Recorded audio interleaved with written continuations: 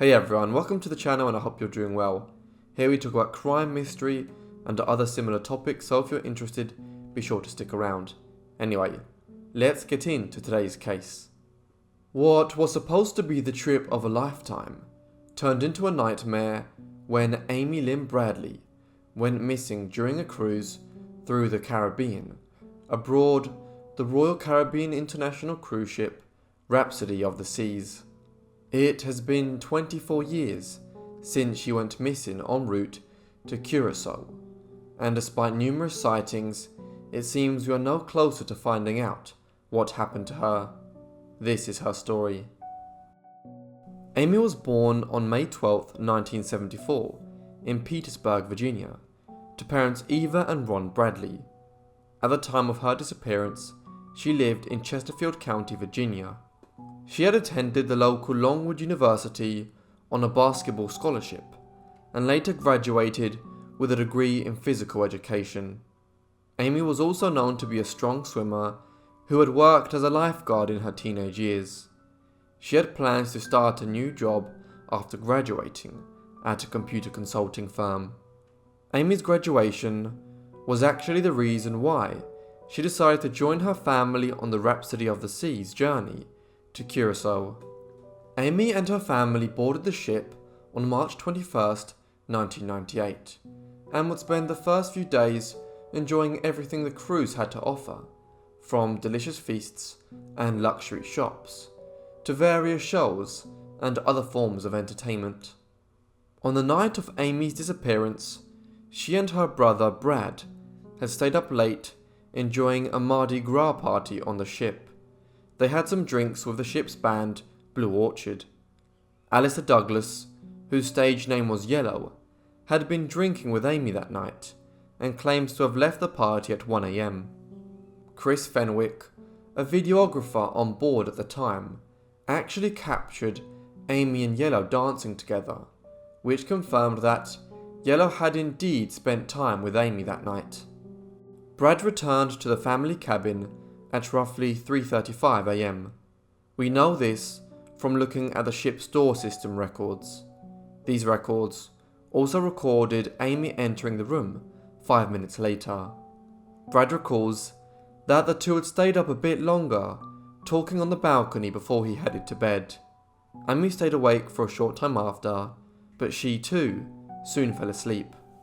Somewhere from 5:15 and 5:30 a.m. on the 24th of March, Ron Bradley, Amy's father, woke up to see where his kids were, and he spotted Amy asleep on a lounge chair on the cabin balcony. He told local reports that he could see Amy's legs from her hips down. I dozed back off to sleep. The balcony door was closed because if it hadn't been closed, I would have gotten up and closed it. But when he got up not long after, at around 6 a.m, her cigarettes and lighter were no longer there. He later recalled, "I left to try and go up and find her. When I couldn't find her, I didn't really know what to think, because it was very much unlike Amy to leave and not tell us where she was going." Ron tried to remain calm and search the popular areas of the ship. After he had still not located Amy, he woke up the family at 6:30 a.m. to tell them he didn't know where Amy was. Her family didn't wait to report her missing and immediately went to the crew to inform them of what was going on. They begged with them to not let anyone leave the ship before announcing that Amy was missing, but they were told that it was too early to make a ship announcement. Eventually at 7:50 a.m, an announcement was made. "Will Amy Bradley please come to the purser's desk," it said. By this time, a lot of passengers had gotten off the ship. The cruise staff searched for Amy at around midday, but were unable to turn up anything. The Netherlands Antille Coast Guard did a 4-day search that was called off on the 27th of March 1998. They had used multiple helicopters and even a radar plane to try and locate her, but unfortunately, no sightings of her were found.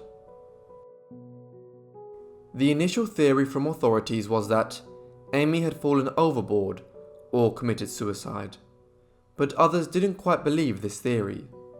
Besides the fact that Amy was content in her life, having recently graduated and not previously struggled with any mental health issues, she was also a strong swimmer and trained lifeguard. Also, the ship wasn't miles into the ocean, meaning it could have been possible for Amy to swim to shore. Another reason that points against the theory of her going into the water is the lack of a body.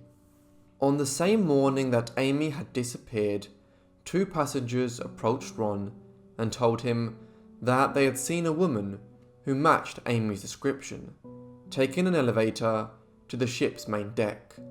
She apparently had her lighter and cigarettes with her at the time. Nothing came of the sighting though. Another witness came forward, saying a woman who looked like Amy approached him and urgently asked for a phone. This sighting wasn't ever confirmed by police. Months after Amy went missing, in August of 1998, a computer engineer from Canada, who had been in Curacao, claimed to have seen Amy walking along the beach with 2 men. He said the woman seemed to be trying to grab his attention until she disappeared around a corner. He recognized tattoos on the woman that matched tattoos Amy had. He believed wholeheartedly that it was in fact Amy Bradley that he had seen that day. The following January, a petty officer for the US Navy believed he saw a woman who said she was Amy Bradley in a Curacao brothel.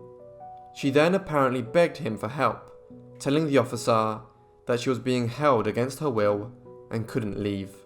But the officer decided against reporting this to the authorities for some time. Why? Well, he said he was worried that his career would be over in the Navy if they found out he'd visited a brothel. This is why, he says, he only came forward to Amy's family once he had retired, and after he had seen a picture of Amy in People magazine. The man's claims haven't been confirmed, but many feel they are credible, given his career. The same year that the petty officer claims to have seen Amy, a man came forward offering to help the Bradleys. They received a letter from a supposed Navy SEAL named Frank Jones. Frank told them he had been a US Army Special Officer who worked with a team of highly trained soldiers that could potentially be able to find and rescue Amy. He claimed that he and his team had seen Amy being held captive by Colombian personnel in a secured housing complex.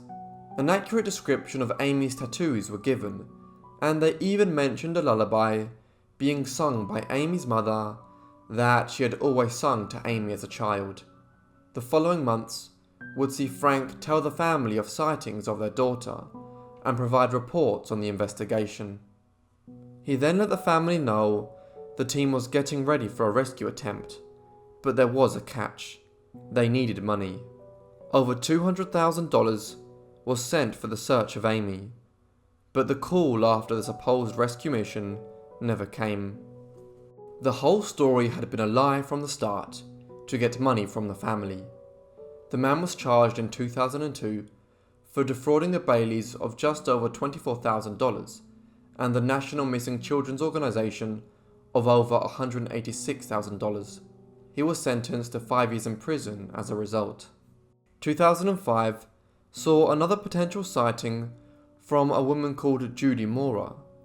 Judy had been visiting a restroom in a store in Barbados and claimed a woman came into the restroom with 3 men. The men then said something that threatened the woman if she didn't go through with the deal. Judy says the men left and the woman stayed behind and was visibly distraught. The woman apparently said her name was Amy and that she was from Virginia. She couldn't say any more though, unfortunately, as the men came back in and took her away. 3 composite sketches were made based on what the woman recalled. Amy's parents appeared on the Dr. Phil show on November 17, 2005. Here they reported that an image had been mailed to them which showed a young woman that resembled Amy lying on a bed in her underwear. Someone who works for an organisation that tries to track down sex trafficking victims had seen the photo and believed it could be Amy. Sadly, no leads came from this image and it having appeared on the show, and having seen the image, it does bear a striking resemblance to Amy. A popular theory is that Amy was a victim of human trafficking and had been kidnapped that night. The multiple sightings of her seem to point towards this theory, as well as a 2005 image sent to her parents. In an interview with People's Magazine, Amy's mother said, "I remember people watching her admiringly." She goes on to say, "Amy would have been a trophy." This theory points suspicion onto staff and band members who were working on the cruise that night, with Yellow having given an inconsistent story compared to what CCTV had captured that night. A different theory offers that Amy was murdered on the ship before being thrown overboard. A jawbone was discovered on a beach in Aruba, which could potentially be Amy, but DNA testing hasn't been done to confirm nor deny this.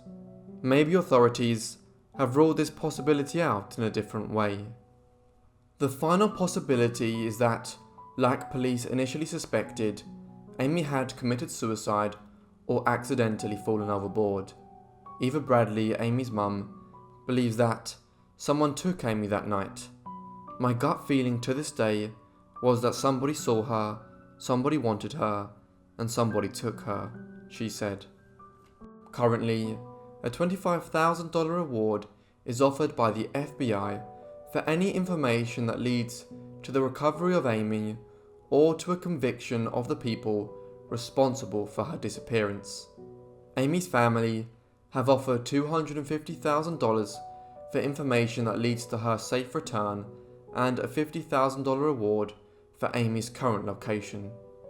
Maybe Amy Lynn Bradley did simply fall off the boat that night and was swallowed by the waves.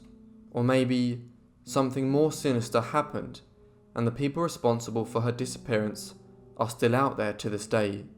It is very likely someone somewhere knows something about what happened.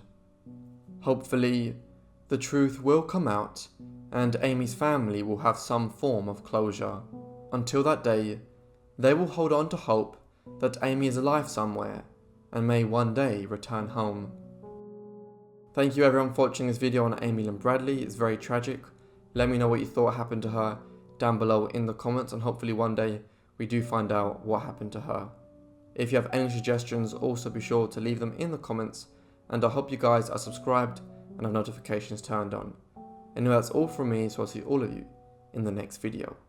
Thanks.